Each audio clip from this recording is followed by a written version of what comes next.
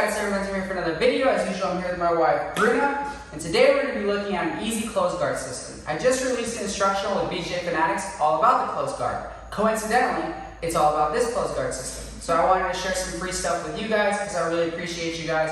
And if you wanted to pick that instructional up, link below. There's probably a sale going on. There always is. Guys, real quick. We're this close to 10,000 subscribers. By now we may already be there. I don't really know. We're at 8,000 something. But anyways, guys, please help me grow this channel to 10,000. That was a big milestone I wanted to reach, and we're this close. It's like I can see the end, even though that's really just the beginning. And it's because of you guys. I thank you and help me get there. Let's look at this system.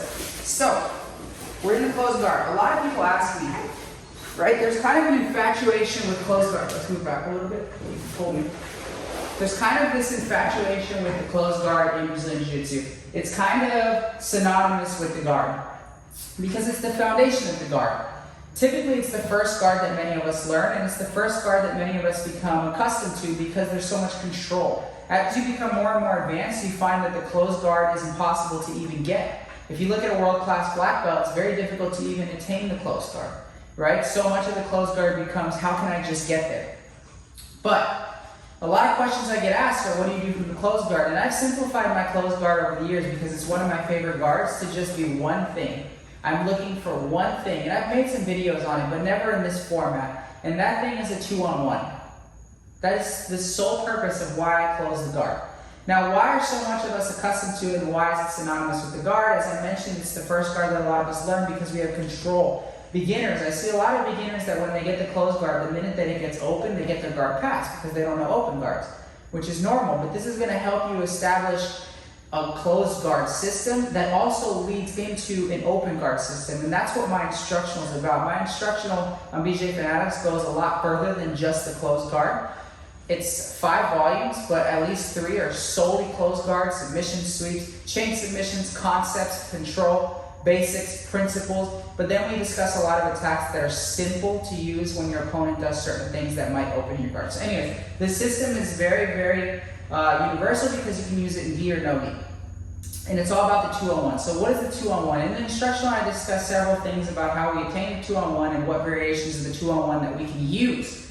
I like to use, right? I always give you guys what I like and tell you what my preferred method is. But in Jiu-Jitsu, if you follow my channel this long, you know that I always say there's no right or wrong in Jiu-Jitsu. You might find something that works better for you than it did for me, and that's fine. That's the beauty of Jiu-Jitsu. So, the way that I like to do it is to grab 4 fingers in the sleeve and the seam on the armpit if I have the capability of using a gi. If I don't, I'm going to grab on the outside of Bruna's wrist with a monkey paw, and then I'm going to grab 2 right here, 2 fingers that are going to pinch really hard, but I'm going to use them all just on the outside of her elbow. This was learned directly from Marcelo Garcia. This is his famous 2-on-1, and it works super well.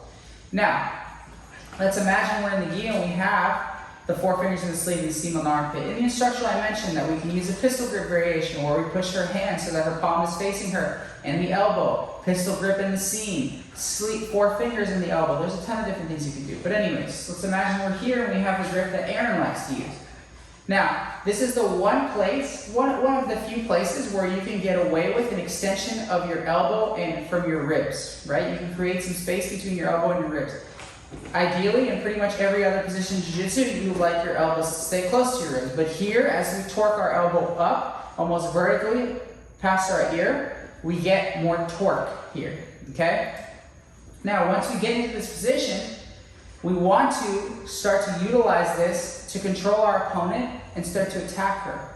So what are some of the things that we can do from here, just to give you guys a preview and a glimpse into what there is? The main thing and the best thing that you can do is attack the back. Right? You're here, she's trying to pull back, you're slowly moving, you're using your knees to drag, and then we get a good extension of our arm, we can hug her lat, and we can start to work our back kicks. I do discuss that a lot of people make the fatal flaw where they start to attack the back and they adjust their hips just to attack the back and they put all their eggs in one basket. So what I mean by that is they do this.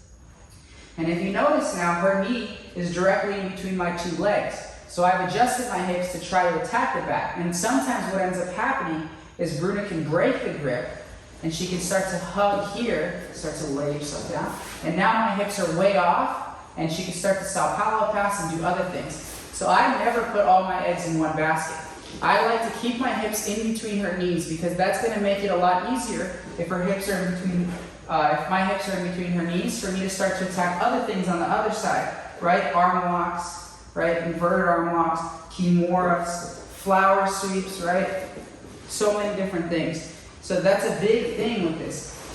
So the whole close guard system, it's very easy, and if you just started to look for just the 2-on-1, so just here and here, I can almost guarantee your close guard will become more difficult to pass. You're going to do much better. Why? Because you control their arm.